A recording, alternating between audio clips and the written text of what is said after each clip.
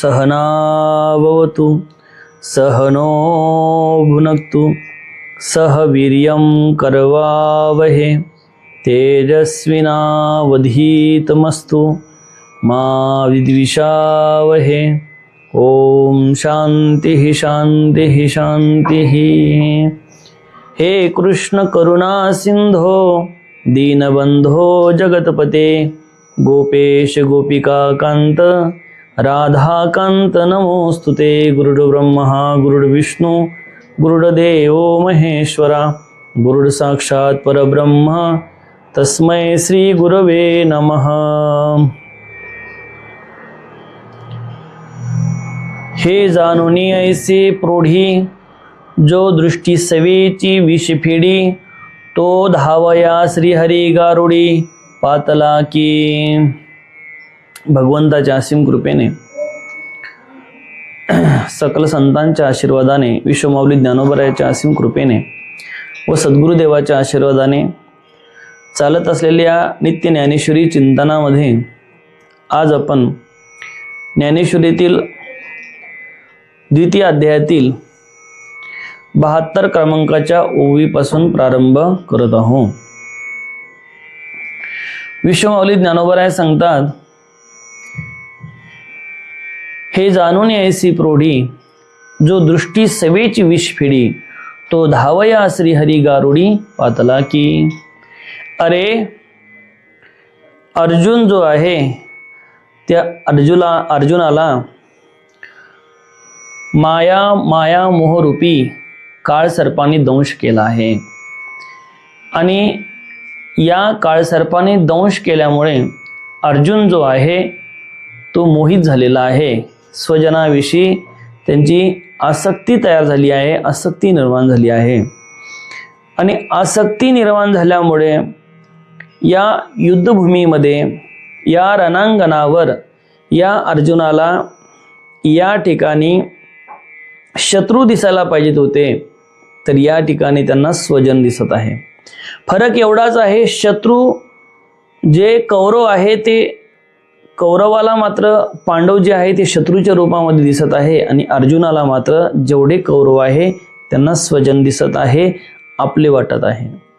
आणि अशा पद्धतीने या अर्जुनामध्ये जो काही माया मोह निर्माण झालेला आहे याचं कारण असं सांगतात की याला काळ सर्पाने माया मोहरूपी काळ सर्पाने डंक केला आहे, दंश केला आहे आणि हा दंश केल्यामुळं त्याचं जे काही विष आहे ते विष त्यांच्या ठिकाणी काय आहे, भिनला आहे। अरे आपल्याला सुद्धा या माया मोहरूपी काल सर्पानेच दंश केलेला आहे आणि म्हणून तर आपल्या ठिकाणी एवढी आसक्ती आहे, एवढी प्रपंचाविषयी आसक्ती आहे, एवढी घरदाराविषयी आसक्ती आहे। अरे दगडविटीच्या या घराविषयी आसक्ती आहे, या जे जाणारे नश्वर पदार्थ आहे त्याच्याविषयी आसक्ती आहे। वास्तविक एक क्षणासाठी एखादी वस्तू आपल्याकडे येते, एका क्षणात ती दुसऱ्याकडे जाते, परंतु ज्यावेळेस ती आपल्याकडे येते लगेच आपण तिला आपलं समजतो आणि आपलं समजून आपण त्या ठिकाणी तिच्याविषयी आसक्त होऊन जातो, त्याच्याविषयी प्रीती निर्माण आपल्या ठिकाणी होते आणि ज्यावेळेस ती दुसऱ्याकडे जाते त्यावेळेस आपल्याला पुन्हा दुःख प्राप्त होतं। आणि म्हणून पुढे माऊलीने सांगितलेलं आहे की हे जे विषय आहे, जे काही इंद्रियाच्या द्वारे आपण विषयाचा भोग घेत असतो, शब्द स्पर्श रूप रस गंध, हे जे काही 5ही विषय आहे ते 5ही इंद्रियाद्वारे आपण त्यांचं ग्रहण करत असतो आणि ग्रहण करून आपण त्यातूनच सुखदुःख शोधत असतो। शब्दाने एखादी गोष्ट चांगली ऐकली की माणसाला त्यातून सुख मिळतं। शब्दाने जर आपल्याला अशी गोष्ट ऐकायला आली की बाबा तुमचा जो मुलगा आहे तो चांगल्या पद्धतीने नोकरीवर लागला आहे, त्याचं सिलेक्शन झालं आहे, तर आपल्याला सुख वाटतं। परंतु त्याच मुलाचा घरी येता येता अपघात झाला आहे, मोटरसायकलवरून तो पडला आहे, त्याचा हात मोडला आहे, पुन्हा त्या शब्दाने आपल्याला दुःख प्राप्त होतं। अरे एखादी कोमल वस्तू आपण स्पर्श केल्यानंतर आपल्याला सुख वाटतं, पण एखादी हार्ड, एखादा काटा जर आपल्याला लागला किंवा त्याचा स्पर्श आपल्याला झाला तर त्यापासून पुन्हा दुःख होतं. अरे जे नेत्रेंद्रिय आहे त्या नेत्रेंद्रियाने एखादी गोष्ट चांगली पाहिल्यानंतर आपल्याला सुख होतं, परंतु त्याच नेत्रेंद्रियाने जर एखादा आपण हिंस्र पशु पाहिला, एखादा साप आपल्या समोर पाहिला, तर तेच नेत्रेंद्रिय आपल्याला दुःख सुद्धा देतात.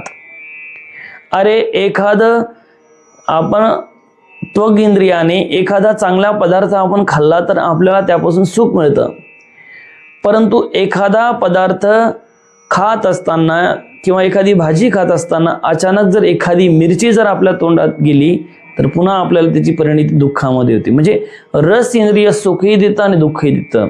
त्यानंतर एखादा जे काही रस्त्यानं आपण जात आहे, एखादा सुगंधित असा फुलाचा बगीचा आपल्याला दिसला आणि त्या ठिकाणी त्या जवळ जात असताना आपल्याला त्या फुलाचा सुगंध आल्यामुळे आपण प्रसन्न होतो, आणि समोर गेल्यानंतर रस्त्याच्याच कडेला एखादं कुत्रं सडलेलं आपल्याला दिसतं, पुन्हा आपल्याला त्याचा परिणाम आपल्याला दुःख होतं. म्हणजे सुख आणि दुःख हे आपल्या पंच ज्ञान इंद्रियापासून सतत चालू असतं. तीच गोष्ट सुखदायक आहे, तीच गोष्ट कधी कधी दुःखदायक ठरते. म्हणून हे पाचही विषय माणसाला सुख दुःख देणारे आहे. मग पुढे सांगणारच आहे माऊली किंवा की हे जे काही विषय आहे या विषयामध्ये जो आसक्त होत नाही तो सुख दुःखाच्या पलीकडे जातो. आणि अर्जुन या ठिकाणी जो आहे तो या आपल्या परिवाराच्या संबंधाने, आपल्या स्वजनाच्या संबंधाने एवढा मोहित झाला आहे की त्यांना आपला परिवारच काय वाटत आहे तर सर्व स्व वाटत आहे. आणि त्या अर्जुनाला असंही वाटत आहे की कदाचित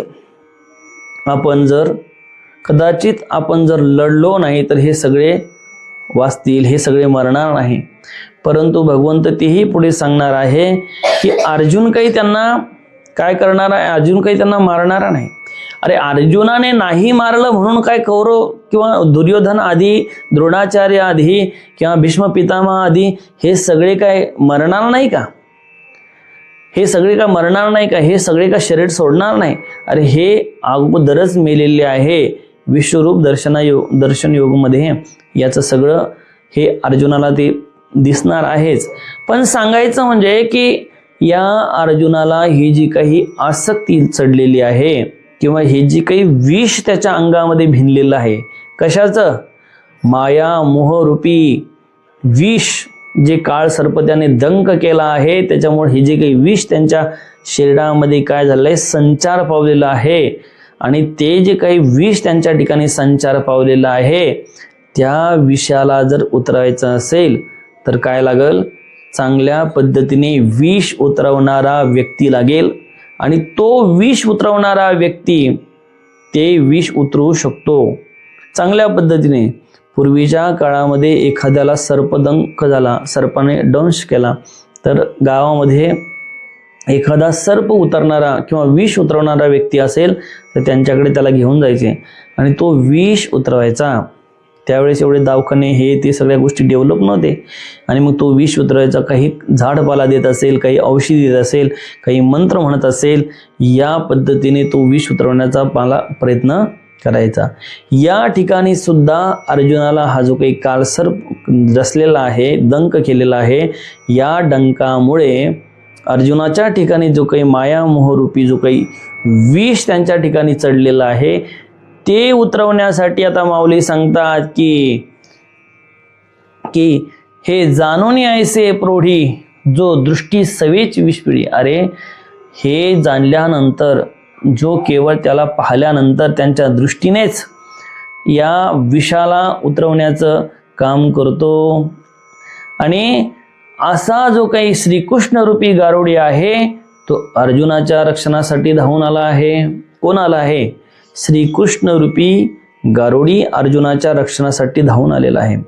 अरे आमच्या ठिकाणी हे माया मोहरूपी जर विष चढलेलं असेल तर आपल्याला सुद्धा सद्गुरू रूपी गारुड्याकडे जावंच लागल.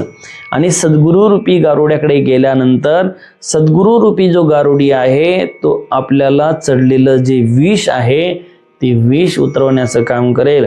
आणि ते विष उतरवल्यानंतर मग निश्चित आपलं एक लक्षात ठेवायचं की आपल्या सुख दुःखाच्या पलीकडे आपण गेल्याशिवाय राहणार नाही.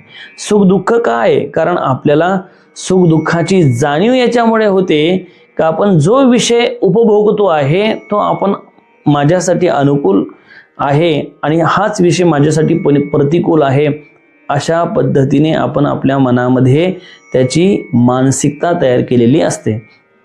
आणि म्हणून जो दृष्टीनेच हा विष फेडणारा आहे तो भगवान परमात्मा. तैसिया पंडुकुमरा व्याकुळा मिरवत असे श्रीकृष्ण जवळा, तो कृपावशी अवलिळा रक्षिलाता. माऊली सांगतात की तशा त्या शोकाने मोहाने व्याकुळ झालेला अर्जुनाजवळ श्रीकृष्ण शोभू लागला आणि आपल्या कृपादृष्टीने आता सहजच त्यांचं रक्षण करील. अरे, जो काही अर्जुन आहे त्या अर्जुनाजवळ आता श्रीकृष्ण शोभू लागला आणि तो आपल्या कृपादृष्टीनेच काय करणार आहे तर अर्जुनाचं रक्षण करणार आहे. असं कोण म्हणतं तर माऊली सांगतात. काय सांगतात? कारण काही ओव्या ज्या आहेत त्या भगवंताच्या मुखातील ओव्या माऊलीने त्याचं विश्लेषण केलं, पण काही ओव्या माऊलीने आपल्याद्वारे त्या रचना केल्या आणि त्या रचनाहून त्यातून भगवंताला काय म्हणायचं आहे किंवा भगवंताची काय प्रतिक्रिया आहे हे दाखवण्याचं सुद्धा काम या ठिकाणी कोण करत आहे तर माऊली करत आहे. आता पुन्हा माऊली काय म्हणतात ते बघा. म्हणून तो पार्थू मोहफणीग्रस्तू म्या म्हणितला हा हेतू जाणून या.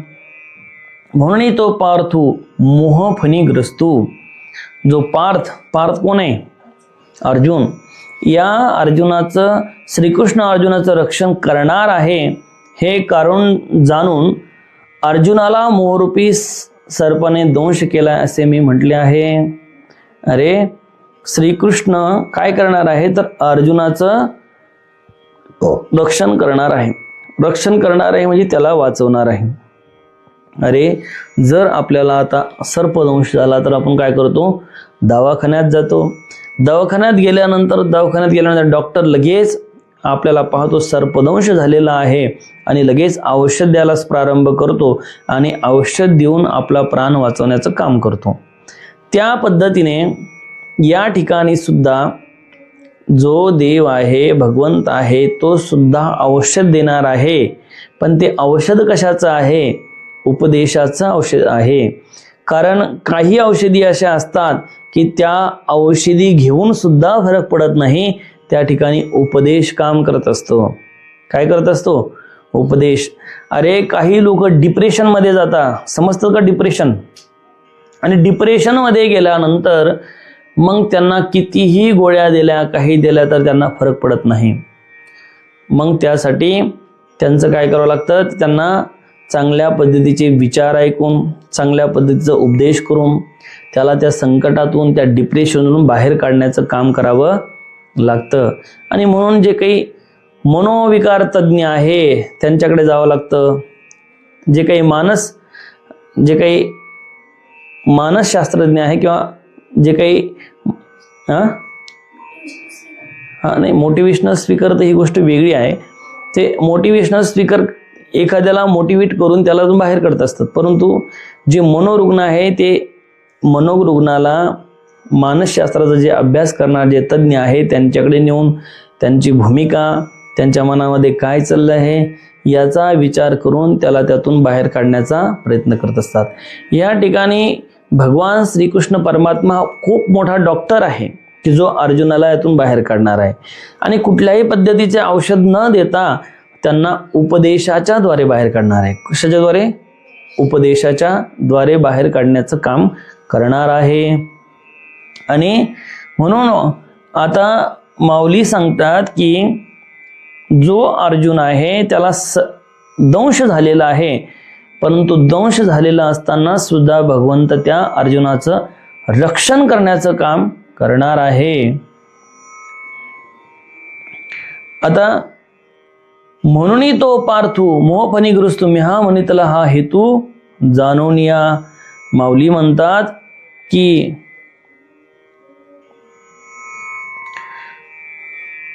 तो जो पार्थ आहे म्हणजे अर्जुन आहे त्यांचं काय करणार आहेत? दंश झालेला आहे, त्यांचं रक्षण करणार आहे. मग देखा तेत फाल्गुनू, घेतला असे भ्रांती कळून, जैसा घनपटळी भानू आच्छादिजे. आता माऊलीनं पुन्हा उदाहरण दिलं आहे. अरे ज्याप्रमाणे सूर्य हा ढगाने आच्छादित होतो आणि त्याप्रमाणे अर्जुन तिथे मोहभ्रमाने आच्छादित झालेला आहे किंवा होतो आहे. आपल्याला इथे असं लक्षात येतं, अरे ज्यावेळेस ढग येतात पावसाळ्यामध्ये, आता या दिवसात ढग येत नाही जास्त, कधीमध्ये येतात, परंतु आता काल परवा ढग आले तर दिवसभर सूर्य दिसला नाही. मग सूर्य निघला नव्हता का? सूर्य निघलेला होता. अरे वास्तविक पाहिलं तर आपण म्हणतो की सूर्य निघतो, सूर्य मावळतो, पण सूर्य हा जसा आहे तसाच आहे. सूर्य जो आपल्यालाच असा वाटतं की आपल्याकडे आज दिवसा सूर्य निघतो, रात्री पुन्हा मावळतो, पण सूर्य जो आहे तो सूर्य जसा आहे तसाच आहे. मग हा जो सूर्य आहे, या सूर्याला आच्छादित करण्याचं काम कोण करतं? ढग करतात. म्हणून सूर्य असून सुद्धा सूर्य दिसत नाही. दिवसभर छाया असते. काय असते? आभाळ असतं, छाया असते. आपण म्हणतो की 4 दिवस झाले सूर्यदर्शन झालंच नाही. काय झालं? 4 दिवस झाले सूर्यदर्शन झालंच नाही. त्या पद्धतीने हा अर्जुन जो आहे तो माया मोहाने आच्छादित झालेला होता. अर्जुन काय झाला होता? माया मोहाने आच्छादित झाला होता. आणि माया मोहाने आच्छादित झाल्यामुळे त्या जे काही ढग आहे, जसं ढग आल्यानंतर सूर्य दिसत नाही, तसं या माया मोहाने आच्छादित झाल्यामुळे अर्जुनाला जे खरं स्वरूप आहे, सूर्य असून आपल्याला दिसतो का? दिसत नाही.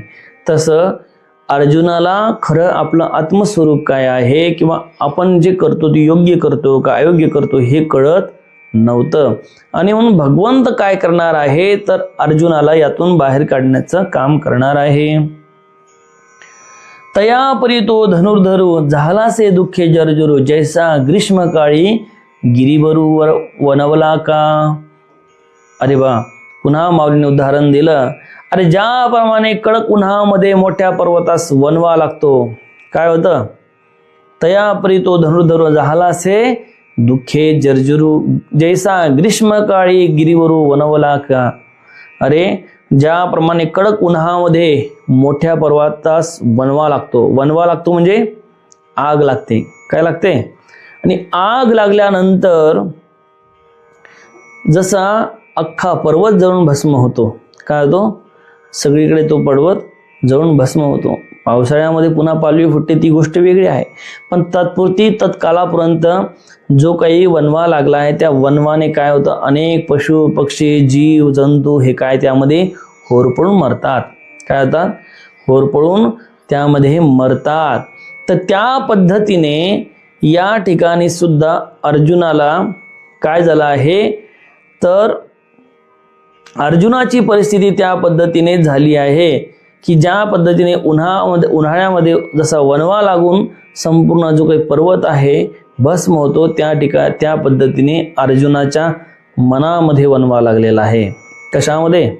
अरे आपण म्हणतो चिंता आणि चिता यामध्ये काही अंतर नाही, फक्त एका टिंब्याचं अंतर आहे, एका अनुस्वराचं अंतर आहे. किती? एका अनुस्वराचं. चिता आणि चिंतामध्ये आहे का नाही? चिता ही माणसाला मेल्यानंतर जळते आणि चिंता ही माणसाला जिवंतपणे जळते. अरे ज्या अर्थी साहिलचे जे काही गाल आहे वर आलेले आहे, चांगली टुमटुम झाली आहे, याचा अर्थ त्याला कशाची चिंता नाही. आणि फाळकेचे गाळ आत गेले आहे याचा अर्थ तो फार चिंता करायला लागला. कशाची? कशाची करतो त्याचं त्याला माहीत, पण जो चिंता करतो त्याचं शरीर असं शुष्क होऊन जातं, चेहऱ्यावरील भाव त्याचा निस्तेज होतो, सारखे मनामध्ये चिंतेने तो ग्रासलेला असतो, सारखी मनामध्ये त्याच्या चिंता असते आणि तो त्या चिंतेमध्ये इतका ग्रस्त होऊन जातो की त्याचं शरीर असं शुष्क होऊन जातं. काय होऊन जातं? शुष्क होऊन जातं. चेहऱ्यावर तेज दिसत नाही, सदैव नाराज. अरे आपण म्हणतो याच्याकडे पाहिल्यानंतर दिवसभर करमत नाही. काय करमत नाही? दिवसभर याच्याकडे पाहिल्यानंतर करमत नाही, म्हणजे तोही प्रसन्न राहत नाही आणि दुसऱ्यालाही प्रसन्न ठेवत नाही. तर त्या पद्धतीने अर्जुन जो आहे तो अर्जुन दुःखाने ग्रस्त झालेला आहे. कशामुळं? तर या ठिकाणी माऊली उदाहरण दिलं, जसं बनवा लागल्यानंतर आग लागते, आग लागल्यानंतर सगळीकडे संपूर्ण गिरीवर पर्वत जसा जळायला सुरुवात होते, तसा अर्जुन हा आतून जळत आहे. अर्जुनाच्या सुद्धा मनामध्ये आत आग लागली आहे. कशाची? ही स्वजनाच्या विषयी असणाऱ्या प्रीतीची आग लागली आहे, स्वजनाच्या विषयी असणाऱ्या मोहाची आग लागली आहे, स्वजनाच्या विषयी असणाऱ्या आसक्तीची आग लागलेली आहे. आणि म्हणून त्या आगपोटी, त्या आसक्तीपोटी, त्या मोहापोटी तो जळत आहे. आणि जळतच नाही तर एवढा चिंताग्रस्त झालेला आहे. अरे तर तोच अर्जुन आपण मागे पाहिलं की रथाच्या खाली उतरला आहे आणि रथाच्या खाली उतरून त्याने आपला धनुष्यबाण खाली टाकून दिला आहे. आणि धनुष्यबाण खाली टाकून देऊन की आता लढायचंच नाही या भूमिकेपर्यंत पोहोचला आहे. आणि या भूमिकेपर्यंत पोहोचून तो रुदन करत आहे, रडत आहे. काय करत आहे? आणि कशामुळे रडत आहे? त्या चिंतेमुळे तो रडण्याचं काम करत आहे. तर पुन्हा माऊली सांगतात की म्हणून सहजे सुनिळू कृपामूर्ते सुजळू तो अळलास श्री गोपाळू महामेघू. आणि म्हणून सहजच नीलवर्ण, म्हणून सहजच जो नीलवर्ण आहे आणि कृपामूर्ताने सजल असा गोपाल रूपी मोठा मेघ कृपेचा वर्षव करण्यासाठी अर्जुनाकडे वळला आहे. अरे जसा वनवा लागल्यानंतर त्या वनव्याला विझवण्याचं काम एकच करू शकतो, तो म्हणजे पाणी. काय करू शकतो? पाणी. अरे पाणी म्हणजे असे हंड्यानं किती पाणी टाकलं तुम्ही पर्वतावर तर विझणार नाही. पण त्यासाठी जर वरून मेघ तयार झाले आणि मेघ तयार झाल्यानंतर जर मेघ बरसले तर निश्चितच जो काही पर्वताला लागलेला जो काही वन्य आहे, अग्नी आहे, तो विझवण्याचं काम तो मेघ केल्याशिवाय राहील का? नाही. संपूर्ण जो पर्वत आहे तो शांत होऊन जाईल. जो दगदगत होता, जो अग्नीने होरपळत होता, पण ज्यावेळेस त्या मेघाचा वर्षा होईल, पाण्याचा वर्षा होईल, त्यावेळेस संपूर्ण पर्वत जो आहे तो शीतल होईल. काय होईल? शीतल होईल, शांत होईल. त्या पद्धतीने अर्जुनाला जो काही वनवा लागला आहे, अर्जुनाच्या अंतकरणामध्ये जो काही वनवा पेटला आहे माया मोहरूपी, तो वनवा विझवण्याचं काम कोण करणार आहे? तर भगवंत आपल्या कृपेने करणार आहे. जे स्वतः कृपा करणारे आहे ते भगवंत अर्जुनावर कृपा करण्याचं काम करणार आहे. आणि त्यांच्या ठिकाणी लागलेला जो काही वनवा आहे तो वनवा विझवण्याचं काम करणार आहे.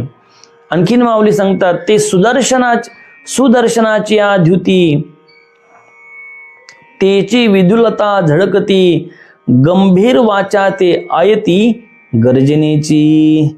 त्या पद्धतीने या ठिकाणी सांगतात की त्या ठिकाणची सुंदर दाताची कांती ही जणू काही अधूनमधून चमकणारी वीज होती आणि गंभीर बोलणी हाच गर्जनेचा थाट होता. अरे त्या ठिकाणी म्हणजे रणांगणावर सुंदर दाताची जी काही कांती आहे ती कांती म्हणजे अधूनमधून चमकणारी वीज, इथे या ठिकाणी रूपक केलं आहे. काय केलं आहे? रूपक. अरे मेघ गर्जना होती त्यावेळेस काय होते? अधूनमधून वीज सुद्धा चमकती आहे आणि वीज चमकते आणि आभाळ सुद्धा गरजतं. वीज चमकते आणि आभाळ सुद्धा गरजतं आणि पाणी सुद्धा पडतो. या तिन्ही गोष्टी होतात. तर या ठिकाणी सांगतात की त्या ठिकाणी सुंदर दाताची कांती ही जणून अधूनमधून चमकणारी वीज असून गंभीर बोलणे हेच गर्जनाचा थाट आहे. भगवंताचं बोलणं सुद्धा कसं आहे? गंभीर आहे. भगवंत गंभीरतेने अर्जुनाला उपदेश करणार आहे. आता तो उदार कैसा वर्षेल तेने अर्जुना चळून निवेल मग नवी विरुडी फुटेल उन्मेषाची. आणि असा जो काही भगवंत आहे तो आता कशा पद्धतीने वर्षणार आहे म्हणजे पडणार आहे.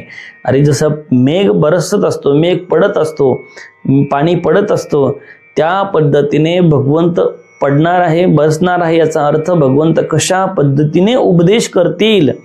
आणि उपदेश केल्यानंतर जो अर्जुनाच्या ठिकाणी जसा वनवा पेटलेला आहे, माया मोहरूपी वनवा त्यांच्या अंतकरणामध्ये पेटलेला आहे, निर्माण झालेला आहे, जो निर्माण झालेला जो वनवा आहे तो वनवा शांत करून आणि त्या ठिकाणी पुन्हा नवीन अंकुर कसा निर्माण होईल, ज्ञानाचा नवीन अंकुर कसा निर्माण होईल हे आता आपण पुढे पाहणार आहोत. कारण जसं वनवा लागल्यानंतर आपण सुद्धा पाहतो आपल्याकडे ज्ञानगंगा अभयारण्य आहे आणि आग लागल्यानंतर ती जी काही आग आहे ती आग काय करते, संपूर्ण जंगल जाऊन भस्म करते. पण ज्यावेळेस त्याच्यावर पुन्हा पाणी पडतो, पाणी पडल्यानंतर आपण पाहतो पावसाळ्यामध्ये इथे वनवा लागलेला होता उन्हाळ्यामध्ये आणि त्या पावसाळ्यामध्ये पुन्हा जंगल हिरवगार झालेलं आहे.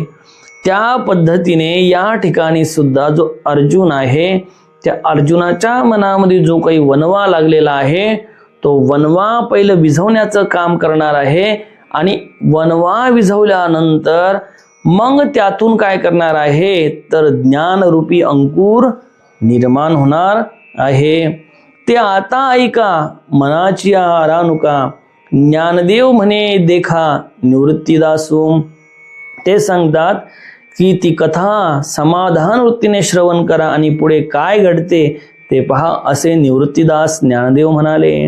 अरे ही जी काही कथा आहे, अर्जुन कशा पद्धतीने जो काही अर्जुनाच्या ठिकाणी वनवा निर्माण झालेला आहे तो कशा पद्धतीने भगवंत विझवणार आहे आणि कशा पद्धतीने अर्जुनाच्या अंतःकरणामध्ये ज्ञानाचा अंकुर उत्पन्न करणार आहे, ज्ञानाचे अंकुर कशा पद्धतीने उत्पन्न करणार आहे हे आता पुढे सांगणारच आहो. तर माऊली सांगतात की हे कसे ऐका, शांत चित्तेने ते ऐका, ते श्रवण करा आणि समाधान वृत्तीने त्याचं काय करा, श्रवण करा. कारण जर एकाग्र चित्तेने चित्ताने श्रवण केलं तर त्याचा परिणाम सुद्धा आपल्याला दिसायला लागतो. आता आज बरेच लोक असतात की ते श्रवण करतात परंतु एकाग्र चित्ते नाही. अरे मोबाईल लावून द्यायचा आणि काहीतरी काम करत बसायचं, अर्ध लक्ष इकडं अर्ध लक्ष तिकडं, महाराज काय म्हणतात त्याच्याकडे लक्ष नाही.